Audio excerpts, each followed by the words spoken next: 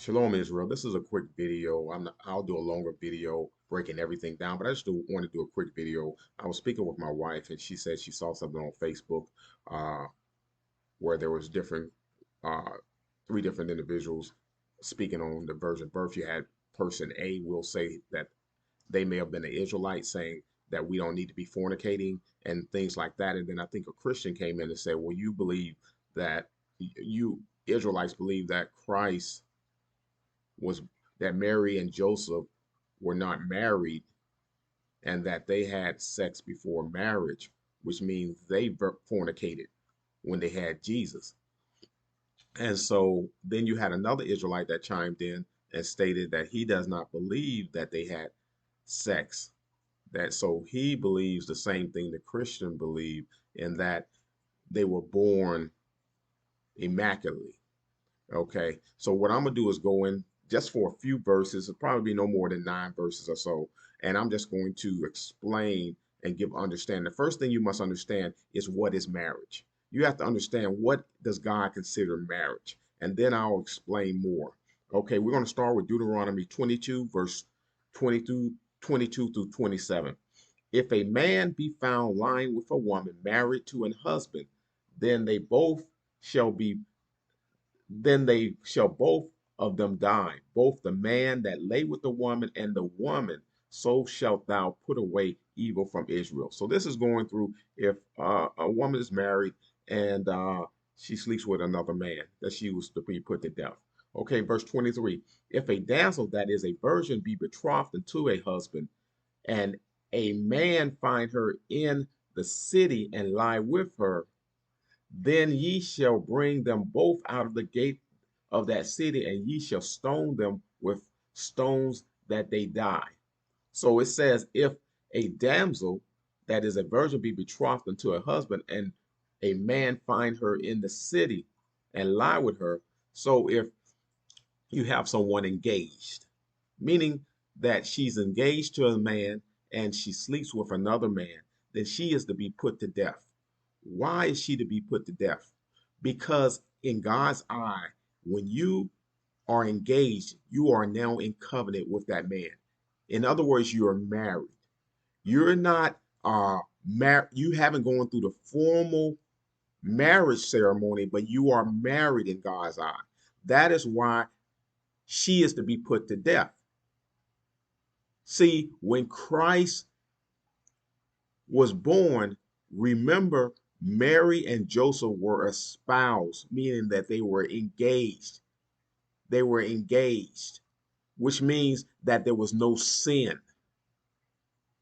It would be different if they were not engaged and they just had sex. Then it would have been fornication. But because they were engaged, in God's eyes, they were married. They just had not gone through the marriage ceremony. That is why the virgin in this verse, this damsel, had to be put to death because she is married to this other man, engaged to him, espoused to him. They are in covenant together. It's not like today where women and men get engaged 14 times. You're looking at it from today's time. That is not the way. That's how Christians look at it because they don't understand Hebrew customs. They don't understand what is covenant and what is not. They don't even understand that they have to keep the law. So I understand a Christian. But as an Israelite, you need to understand that when you are engaged, you can't just break an engagement off.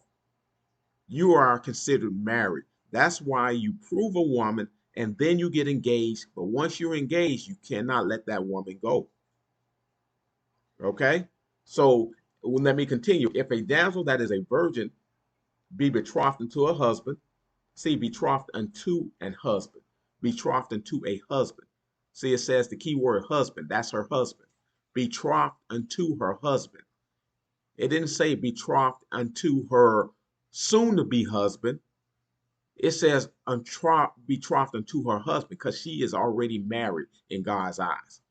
So this damsel is betrothed unto her husband. She's married now. She just hadn't gone through the formal marriage ceremony where you The woman go in and they have sex, and they bring the blood to the family, and they keep it and all that, the tokens of virginity and all that. They hadn't gone through that, but they are married. Okay, so Christ, so Mary and Joseph were married because they were betrothed.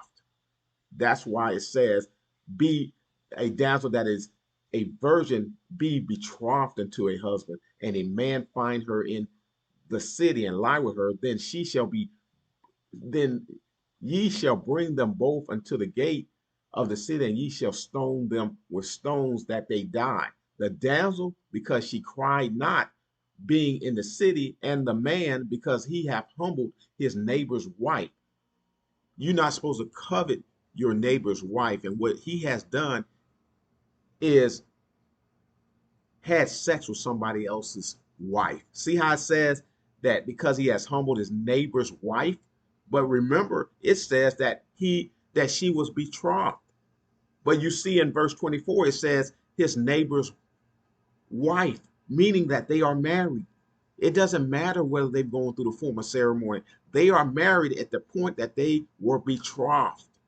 Okay? So thou shalt put away evil from among you, because you don't want that evil where you're sleeping with somebody else's wife. When they were betrothed, they were married. So Joseph and Mary were married. They were betrothed. So to the Christian that say they fornicated, he is incorrect because he doesn't understand what marriage is in the Hebrew. To the Israelite that believes that doesn't believe in that Mary and Joseph were married, is because he lacks understanding. He lacks wisdom. He lacks understanding of the scriptures. He believes, as the Christian believes, that they would have fornicated, so it couldn't be, so it must have been a virgin birth, because I don't believe Mary and Joseph would have fornicated and had Christ. That means Christ would have been born into sin. No, he was not born into sin. Why? Because they were married. Again, they were married. That's why it says in 24, because he hath humbled his neighbor's wife. Why does it say he's humbled his neighbor's soon to be wife? Because it's already his wife. Now, in verse 25, but if a man find a betrothed damsel in the field, and the man force her and lie with her, then the man only that lay with her shall die. Why? Because she's married to someone else, but she was raped. Then the man, and she cried out, the man is killed only, not the woman. Verse 25, 26. But unto the damsel thou shalt do nothing. There is in the damsel no sin worthy of death. For as when a man riseth against his neighbor and slayeth him, even so is this matter. This man has raised up against his neighbor and slept with his neighbor's wife, and she cried out, but no one was there to save her. There's no sin in that woman. Okay, she was raped.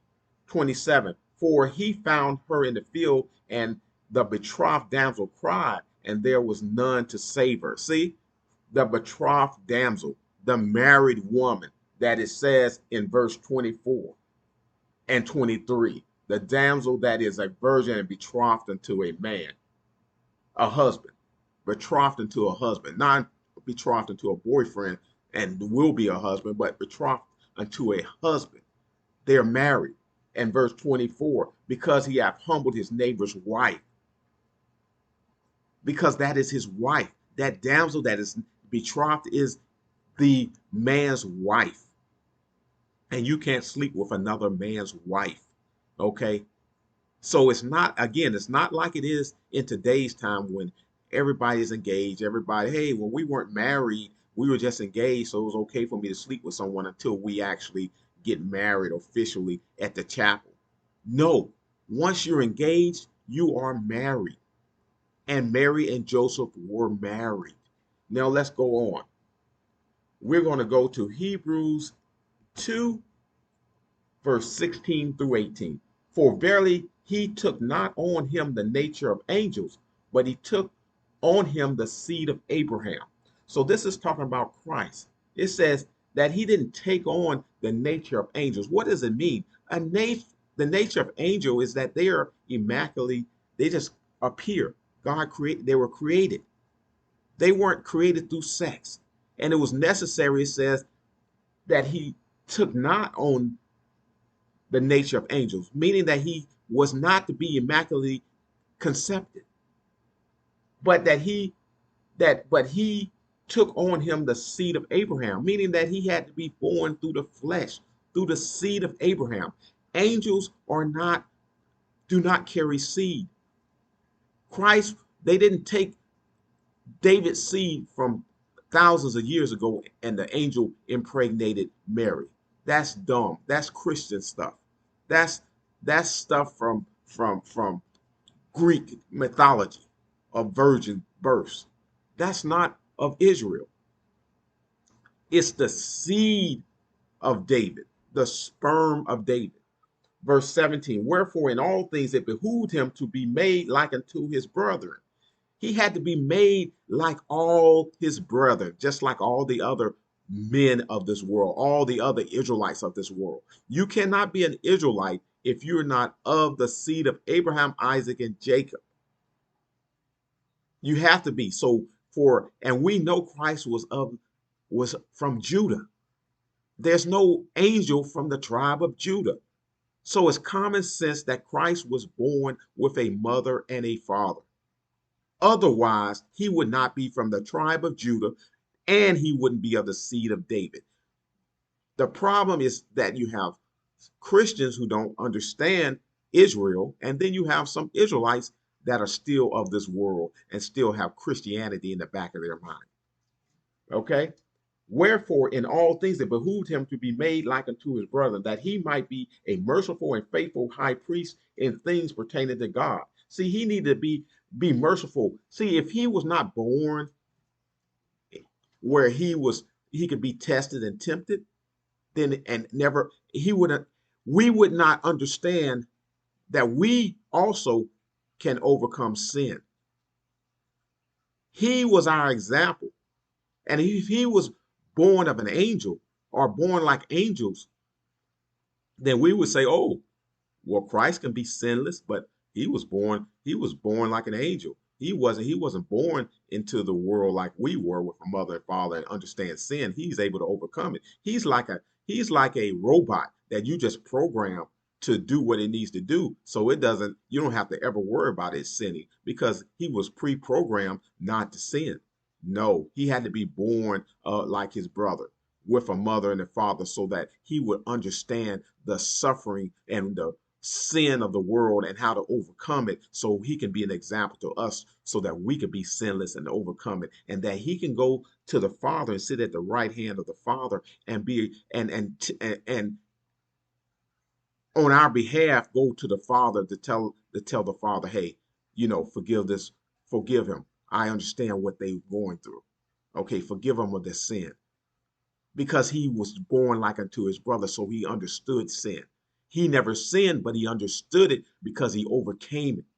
If he was of an angel, he would not have overcome sin. He would have known what sin is because he wasn't born into it. Okay, that's how we know Christ was born with a mother and a father. He had to be born into sin or born into the world where he had the option to sin and overcome it. Okay? It says that he might be a merciful and faithful high priest in things pertaining to God to make reconciliation for the sins of his people, of the people. He had to be able to make reconciliation, to reconcile us back to God, to be the one to be able to tell the Father and come on our behalf so that the Father will forgive us of our sins. And he could only do that if he was born like all people of the earth are born. Verse 18, for in that he himself hath suffered by being tempted, he is able to succor them that are tempted. See, it says that for in that he himself has suffered being tempted. See, Christ was tempted because he was born like unto his brethren with a mother and a father. And he understood temptation. where most of us, if he was born like an angel, he would not understand temptation because he wouldn't have that particular spirit he wouldn't have he wasn't born into the flesh. Okay? So Christ had a mother and a father. And as it says, he is able to succor them that are tempted. And what does succor means? Succor means to aid. Okay, he'll be able to aid those who are tempted. He'll be able to help those that are tempted. See, Christ wouldn't be able to help because he wouldn't have understood the temptation, because he would not be able to be tempted as an angel. Angels just carry out the will of the Father. But he was born like unto his brother, so he understood temptation, and now he can go before the Father and be a someone that can be that mediator between us and the Most High to fight on our behalf and help us through these sins and help us be sinless. Okay? So that is the understanding of Hebrews 2, verse 16 through 18. Now let's go to Romans 1, verse 3. Concerning his son Jesus Christ, our Lord, which was made of the seed of David according to the flesh, meaning that he was born through a man and a woman having sex. That's what it means when it said according to the flesh. It wasn't through immaculate conception. It was through the seed, the sperm lineage of David according to the flesh, meaning born of a man and a woman in the flesh. Okay? That's why he put it in there, so you will understand that he was of the seed of David according to the flesh. Flesh, flesh, not according to the spirit, not according to the being an angel. He was born like unto his brother, according to the flesh, man and a woman. Okay? Luke, we're going to Luke verse 2, Luke 2, verse 1 through 7. And it came to pass in those days that there went out a decree from Caesar Augustus that all the world should be taxed. So this was from that this is a decree that came out that said that all of Israel had to be taxed. Verse 2, and this taxing was first made by Cyrenius, was when Cyrenius was governor of Syria. Verse 3, and all went to be taxed, everyone into his own city. So everybody was being taxed. Verse 4, and Joseph also went up to Galilee, out of the city of Nazareth, into Judea, unto the city of David, which is called Bethlehem, because he was of the house and lineage of David. Why does it put in parentheses that he was of the house of David? Because Christ had to be born of the house of seed of David. Joseph was of the seed of David. That's why it's letting you know that Joseph was was Christ's father. He was of the seed of David. Okay? It's very easy to understand. Now we can go into a longer dissertation of understanding of the virgin birth. Maybe I'll do that at a later time. But right now I just want to give some basic understanding for those Israelites that need to understand that Christ had a mother and a father. And he was of the seed of David in the flesh, meaning Joseph and Mary slept together. And they were already married because they were engaged. They were espoused, as I read before. When you're espoused, this was no fornication. They were not two people just sleeping together and not espoused to each other. They were espoused to each other, meaning they were married. Okay? Because he was of the house and lineage of David, to be taxed with Mary, his espoused wife. Why was he being taxed? And they were espoused. I thought that you're only taxed when you are married. Well, they were married. See, this is telling you that. Read for yourself. He went to be taxed with his wife, with Mary, his espoused wife, meaning they hadn't gone through the formal ceremony, but he was still paying taxes because During that time, when you are espoused, you are married. According to God, you are married when you are espoused, and that's why he paid taxes. If you were espoused in today's time, you don't pay taxes, because until you do the actual ceremony, are you married? So what is happening? You got Christians looking at it through the lens of today in America, a sinful place, and then you have Israelites that are doing the same thing. They're looking at it in today's time because they are also looking at it through America's eyes of what engagement is or what it means to be espoused. In biblical time, when you were espoused, you were married, and you need to understand that. Verse 4 or verse 5, to be taxed with Mary, his espoused wife, being great with child. So she was pregnant with Christ before they actually had the ceremony, but they were already espoused, meaning married to each other. And that's why he was paying taxes. Why would he pay taxes if they are not married? If they were just, if espoused didn't mean marriage, why was he paying taxes for someone he wasn't married with? Just use your common sense. When you are espoused, you are married. And that's the way it is supposed to be today.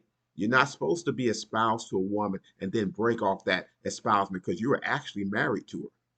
Verse 6, and so it was that while they were there, the days were accomplished that she should be delivered. And she brought forth her firstborn son and wrapped him in swaddling clothes and laid him in a manger because there was no room for them in the inn. So he did everything he was supposed to do. He paid taxes for his wife that he was espoused to because she was he was married to her. Okay. Our next thing is we're going to wisdom of Solomon 7 verse 1 through 8. I myself, this is the wisest man, King Solomon. Let's see what King Solomon says. Okay, let's see what King Solomon is. Unless you're wise, or do you think you're wiser than Solomon? Do you Israelites think you're wiser than Solomon? The ones that believe in virgin birth, you think you're wiser than Solomon? You're not. Okay? You don't even keep the laws. Some of you all wear rings, marriage rings. Some of you all do all kinds, don't wear fringes. Some of you all have a bald head. And you think you know more than Solomon? You think you know more than the Israelites who were keeping the laws? Some of you all don't even do the feast days. Some of you all change the feast days and do it on whatever day you want to do it on just because you don't want to, because it's not convenient to you. And so you put it on the weekend when you know it's supposed to be on Wednesday or Tuesday, but you want to make it convenient to yourself. Some of you all do the Feast of Tabernacles just for the weekend and not for the 8 days or 7 8 days that the scriptures tell you to do it. Some of you all do Passover and eat lamb chops when the scriptures say it was supposed to be a male lamb 1 year of age and separated 5 days before you kill it. How are you able to eat lamb chops? You don't even know if that lamb chop is 2 years old, 5 years old. You don't know if it's a male lamb chop or a female. You just do what you want to do. And you think you understand more than the prophets of the Bible who kept the law? You think you know more than King Solomon, the wisest man? Let's see what the wisest man say. Wisdom of Solomon 7, verse 1 through 8. I myself also am a mortal man, like to you. He said, I'm a mortal man just like you, in the flesh, and the offspring of him that was first made of the earth. And in my mother's womb was fashioned to be flesh in the time of 10 months. See, it says flesh. It's fashioned to be flesh in the time of 10 months. See, it said Christ was born of the flesh, of the seed of David. So flesh means having sex. It says in your mother's womb. And in my mother's womb was fashioned to be flesh in the time of 10 months, being compacted in blood of the seed of man. See, of the seed of man. And the pleasure that came with sleep, having sex. And when I was born, I drew the common air and fell upon the earth, which is of like nature. And the voice which I uttered was crying, as all others do, like everyone that's born does. It says, for I was nursed in swaddling clothes, and that with cares. For there is no king that had any other beginning of birth. It said there's no king that had any other birth, any other way of being born. Is Christ not king of the Jews? To all the Israelites and all, I understand the Christians, but to any Israelite that believe in a virgin birth, it's King Solomon, the wisest man, says that there's no king that had any other beginning outside of sex with a woman and born of a woman. There's no immaculate conception.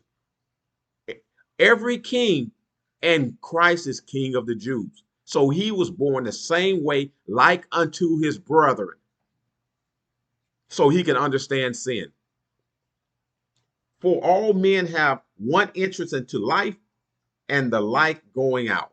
Every man has the same way. They come into life out of the mother's womb and they die. All come in and leave the same way. Christ came in with a mother and a father, Joseph and Mary, and he was and then he died and was resurrected.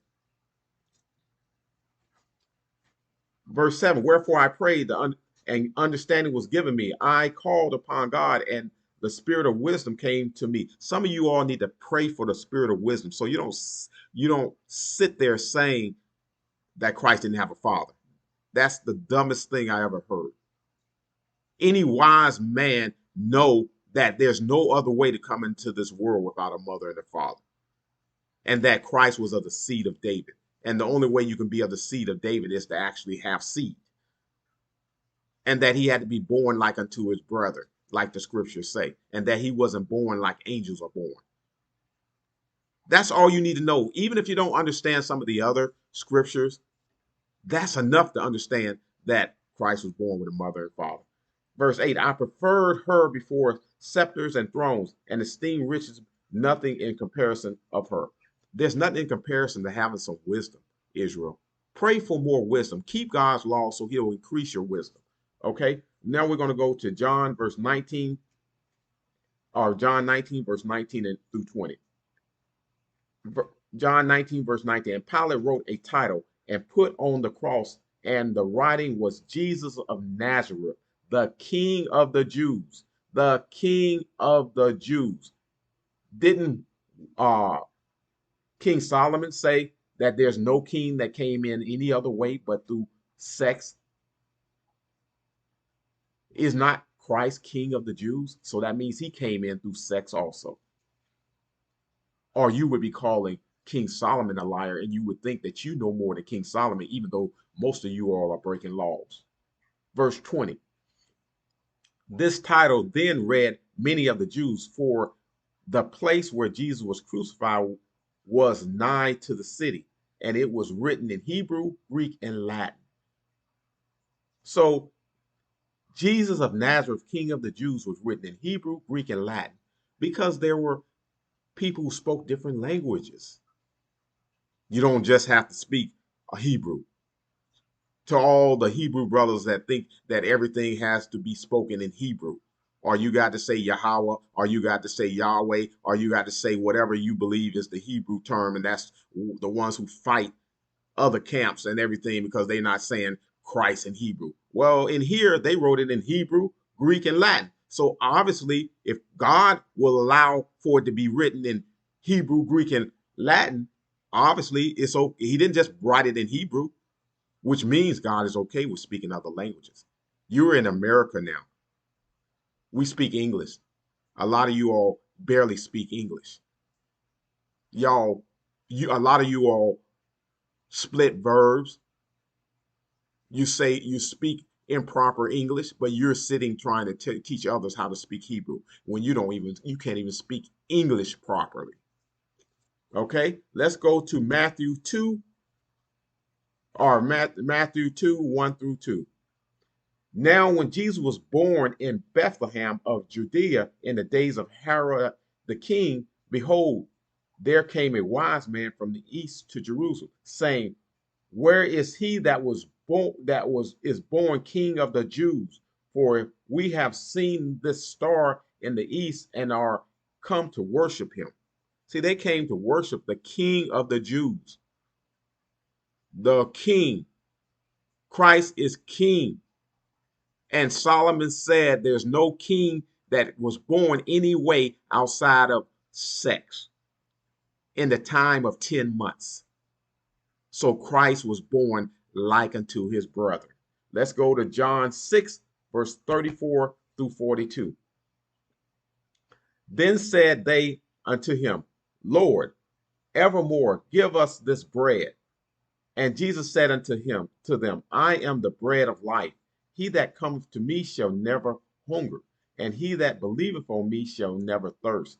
But I said unto you, that ye also have seen me, and believe not. All that the Father giveth me shall come to me, and him that cometh to me I will in no wise cast out. For I came down from heaven, not to do mine own will, but the will of him that sent me. So the Spirit of Christ came down. Remember, we were here at one time. We were with the Most High. And we are dwelling in man now. So the Spirit, Christ's Spirit, was put into Jesus, just like our spirit is in when our mother and father have sex. The Spirit is put into us. Okay? But Christ's Spirit was put into him when he was born, Jesus. Okay? Through sex. But the Spirit was in him. Okay? Verse 39. And this is the Father's will which hath sent me, that of all which he hath given me I should lose nothing, but should raise it up again at the last days. And this is the will of him that sent me, that everyone which seeth the Son and believeth on him may have everlasting life, and I will raise him up at that last day. The Jews then murmured at him because he said, I am the bread which came down from heaven. And they said, is not this Jesus, the son of Joseph? See, they knew that Christ was the son of Joseph, not the stepson, not the whatever. Joseph didn't pretend that he was the father. They all knew that Joseph was Christ's father. It's not only these new age Israelites and Christians that believe in this Immaculate Conception. Immaculate Conception is a new thing. You can look it up. It'll tell you when virgin birth and stuff people started believing in that. Before then, they knew that Christ had a father and a mother. Again, and they said, is not this Jesus, the son of Joseph, whose father and mother we know? So they knew. You may not know that Christ had a father and a mother, but the people during that time knew that he had a father and a mother, and he didn't hide it from them. It wasn't that he hid it and, hey, I ain't gonna tell you that really I'm not the father. No, he is the father. Okay? Born, as it said, Joseph was born of the seed of David. That's why I put it in there, so you know that Christ is Christ, because he was born through Joseph, who was of the lineage of David, as the scriptures of the flesh, as the scripture said he had to be. Okay, how is it then that he saith, I came from heaven? Because it's spirit. We all have spirits. A lot of us have been here before. Our spirit was sent from heaven back again to occupy a new body. Okay? Christ was sent to occupy the body that he was in of Christ, and to go and suffer for Israel. Okay? So don't let anyone tell you that it was a virgin birth. Christ was born of the flesh, as it says that he would be. It say that he will be born of the flesh, and he will be born like unto his brethren, and he wouldn't be born like an angel. Now, if you want to believe it was some virgin birth after all of that, then hey, you're probably breaking laws, and that's why you don't have the wisdom to understand that. But he was not. And with that, I say shalom.